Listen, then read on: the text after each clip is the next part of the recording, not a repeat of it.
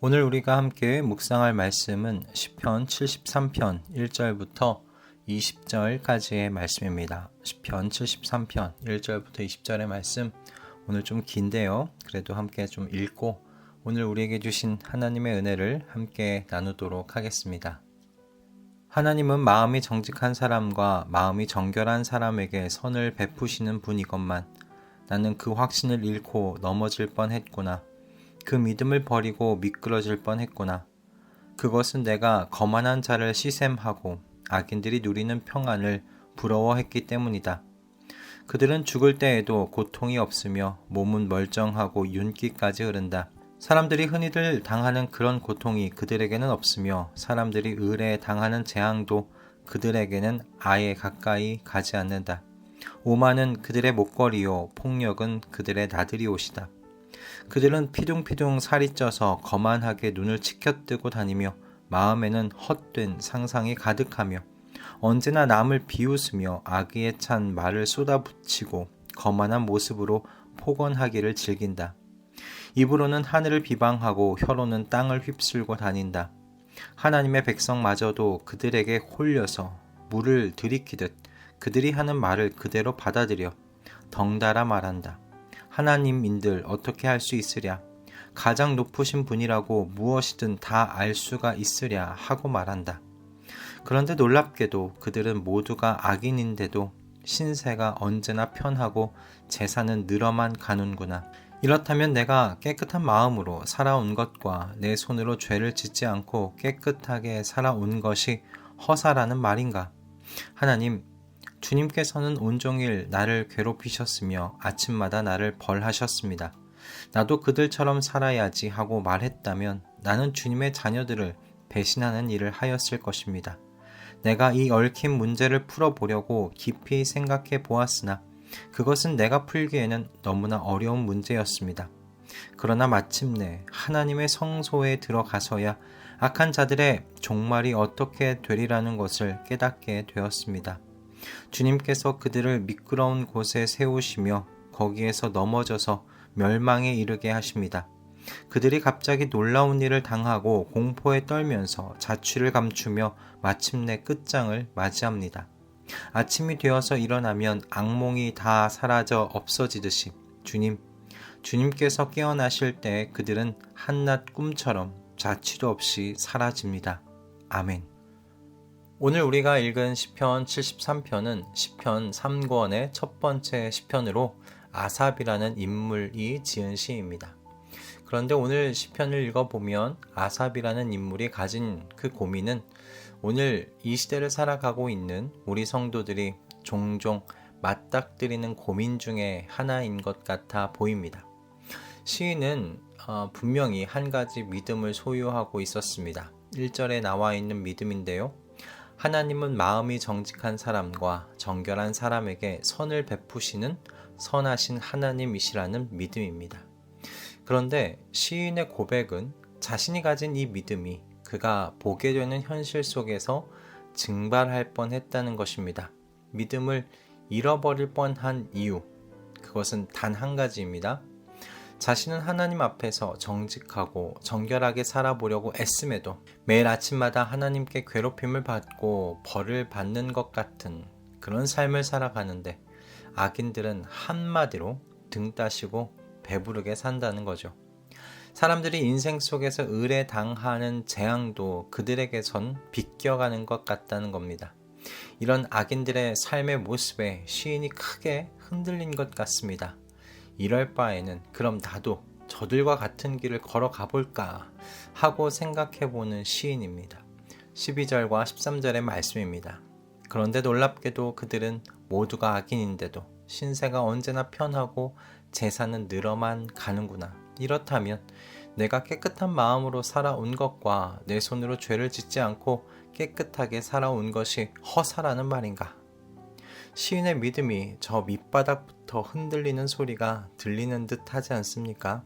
그러나 시인은 흔들리기는 했지만 믿음을 잃지는 않았습니다. 그들과 같은 길을 걸어가진 않았어요. 그저 넘어질 뻔했고요. 미끄러질 뻔했을 뿐입니다. 어떻게 시인은 이런 상황 속에서 넘어지지 않을 수 있었을까? 그 이유가 17절에 나오지요.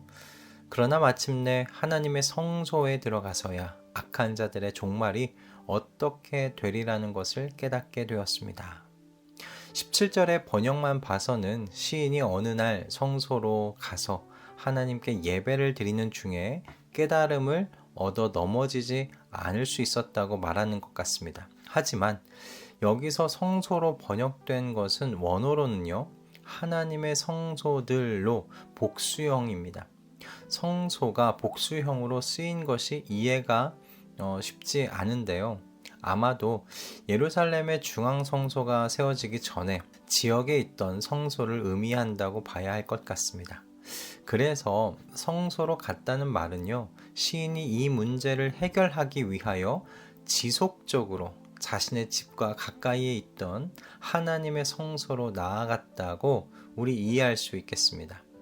오늘의 언어로 바꿔 표현해 보자면 끊임없이 하나님의 말씀 앞에 나아가는 경건의 생활을 이 시인이 가졌다라고 표현할 수 있겠어요.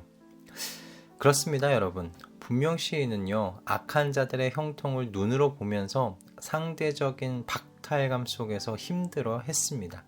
하나님께서 주신 말씀을 따라 살려는 나는 이렇게나 힘든데 어떻게 하나님의 말씀과 상관없이 살아가는 저들은 저리도 하나님께서 주시는 평강을 누리며 사는 것처럼 그렇게 살 수 있을까? 시인은 이 질문을 안고 힘들어 했습니다. 하지만 그렇다고 해서 시인이 경건의 생활을 멈춘 게 아니에요. 그는 이 질문을 가지고요, 어디로 나아가는가? 성소로 끊임없이 나아갔더라는 겁니다. 그가 가졌던 이 고민의 깊이를 16절이 잘 표현해주고 있는 것 같습니다. 내가 이 얽힌 문제를 풀어보려고 깊이 생각해 보았으나 그것은 내가 풀기엔 너무나 어려운 문제였습니다. 그는 하나님 앞으로 이 고민을 들고 나아갔어요. 성소를 향해 터벅터벅 땅을 보며 걸어가는 그런 시인의 모습이 여러분 그려지지 않으십니까? 그는 정말 하나님 앞에서요, 이 문제를 가지고 깊이 생각했던 겁니다. 그리고 여느 때와 같이 하나님의 성소로 들어가 이 문제로 하나님 앞에서 씨름하던 중에 악인의 종말에 대하여 깨닫게 된 거죠. 시인은 자신이 얼마나 그러므로 근시안적인 신앙을 가지고 있었는지를 그 순간 깨닫게 됩니다. 그렇게 하나님께서는 어느 날 시인의 눈을 저 먼 미래를 바라볼 수 있도록 열어 주신 겁니다. 이처럼 시인이 가진 그 영적 전망이 밝아지고요, 열리게 된 곳은 바로 성소입니다. 하늘과 땅이 만나는 그 성소에서 시인의 눈이 열리고 미래를 바라볼 수 있게 된 거예요. 여러분, 시인이 이 문제를 해결받은 곳이요, 세상 속이 아니라 성소였다는 점을 눈여겨보셔야 합니다. 성소라는 이 장소는 시인이 포기하지 않고 하나님 앞에서 삶의 문제를 들고 씨름한 곳입니다. 그리고 그의 눈이 열린 장소이죠. 간혹 오늘날 우리의 신앙은 참 이 패스트푸드 같다는 생각을 할 때가 있습니다. 오랜 시간 기다리지 못하고 금방 결과를 받기 원하는 그런 모습이 우리의 오늘날의 모습이 아닐까 생각이 들기 때문입니다. 저도 다르지 않습니다. 차마 용기는 없어 악인들이 가는 길을 따라가지는 못하지만 이 문제를, 인생의 문제를 끝까지 붙들고 하나님 앞에서 씨름하며 사골 국물을 우려내듯 그렇게 오랜 시간을 들이지 못하고 있는 것, 그것이 또 제 현실인 것 같아 보이기 때문입니다. 하지만 이렇게 문제를 덮어버리거나 우리가 회피하는 건요, 언젠가 더 크게 믿음을 휘청거릴 수 있도록 만드는 그런 시한폭탄을 안고 사는 것과 같다고 할 수 있겠습니다. 그러니 여러분, 이 시인이 답을 얻은 것, 여러분 그것이 한 번의 예배의 자리가 아니었다는 것을 꼭 기억하실 수 있기 바랍니다. 그는 흔들리면서도요, 예배의 자리를 붙들었어요. 경건의 생활을 놓거나 포기하지 않았어요. 여러분, 삶은 단순하지 않습니다. 시인의 이 질문, 시인의 고민을 보면 우리가 분명히 알 수 있어요. 삶은 단순하지 않아요. 시인의 고백과 같이 삶은요, 엉킨 실타래와 같아요. 내 실력으로는 풀기 어려운 문제가 도처에 널려있는 것이 삶이고 인생인 거죠. 그렇기에 시인처럼 여러분 예배의 자리를 떠나지 말아야 합니다. 경건의 생활을 놓지 마셔야 합니다. 사골 국물을 우려내듯이 오랜 시간 하나님 앞에서 내 삶 속에 있는 문제를 놓고 질문하고 생각하셔야 한다는 말씀입니다. 한두 달이 아니고요. 1년, 2년이 걸릴 수 있고 어떤 문제는 10년이 걸릴지도 모릅니다. 그러나 하나님에 대한 믿음을 붙들고 우리 씨름하십시다.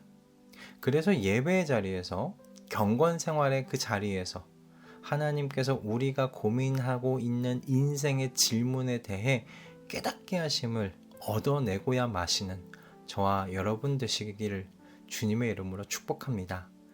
예배의 자리, 여러분 경건 생활의 자리에서 영적 유레카를 외치며 더욱 하나님을 사랑하고 기뻐하고 찬양하는 삶의 자리 가운데로 우리를 주님께서 인도해 주시기를 이 아침 우리 함께 기도했으면 좋겠습니다. 할렐루야. 함께 기도하겠습니다. 주님, 우리는 패스트푸드와 같은 신앙생활에 우리도 모르게 적응하고 있는 건 아닌지 모르겠습니다. 우리의 믿음을 위협하는 삶 속에 도사리고 있는 여러 문제들에 대하여 우리는 깊이 생각하지 않거나 회피하거나 묻어두고는 합니다.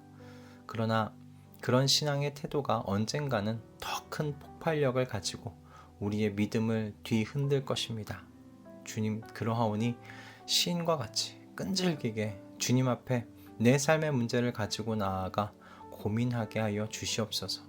그래서 예배의 자리에서 그리고 경건 생활의 자리에서 영적 유레카를 외치며 주님을 더 사랑하고 즐거워하고 찬양하는 충만한 삶으로 우리 모두를 인도해가 주시옵소서.